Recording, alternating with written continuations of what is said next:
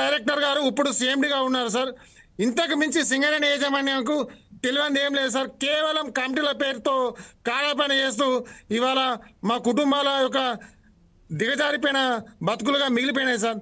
ఒక పక్క సింగరేణి యాజమాన్యం కోటాను కోట్ల రూపాయలు మా తండ్రులతో పనిచేపించుకొని లాభాలు వెనకేసుకున్నారు. ఇవాళ ప్రభుత్వ పథకాలు కూడా 50% సింగరేణి యాజమాన్యం లాభాల వాటా నుంచి వస్తున్నాయి సార్.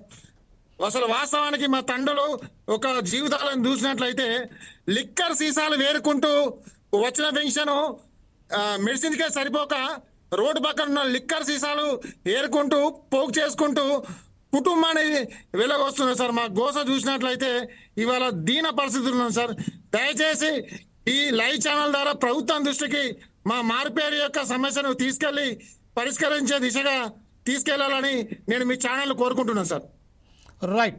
ఇదే విషయంపై ఇంకొకసారి మన మిత్రుడైనటువంటి మనం దానికన్నా ముందు ఒకసారి మనం ఇంకో మిత్రుడు రాజశేఖర్ గారు కూడా వచ్చినట్టుగా మనకు కనబడుతుంది.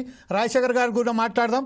ప్రస్తుతం ఏదైతే మనం చూస్తున్నామో ఏ విషయంలోనైతే ఏ సింగరేణి కాలరీస్ను తన భుజాల మీద వేసుకొని 35-40 సంవత్సరాల పాటు తన